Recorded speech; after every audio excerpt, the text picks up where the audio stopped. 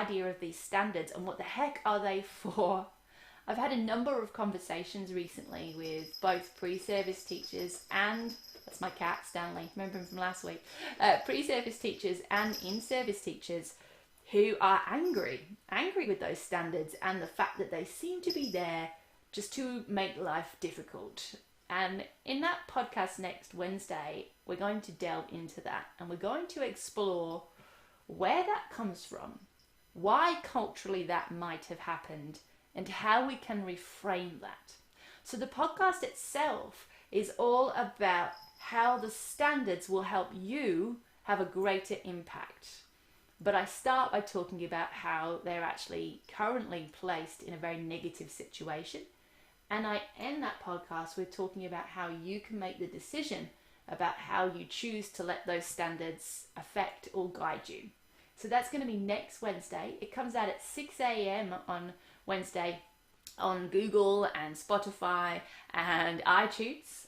And if you subscribe right now, it'll just appear on your device, ready to go in the morning. And of course, you'll get your email around 7:15, the usual time, saying, hey, the podcast is out. So, in the meantime, thank you to all of you who've been answering my questions on Instagram and sharing what you'd like me to keep talking about. I bulk batch the podcast recordings into 6. So I know exactly what's happening in the next 6.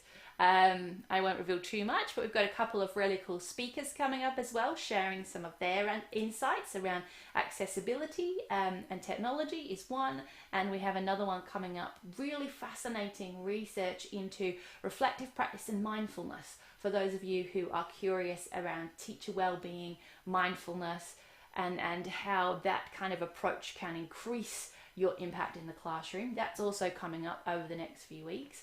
But it's really great to hear from you and to hear the things that are in your mind right now. Pre-service teachers, I know many of you are coming to that point where you know there's going to be a topic where you have to put your graduate portfolio together, because in many universities up and down the country, it's left to the last module for some crazy reason.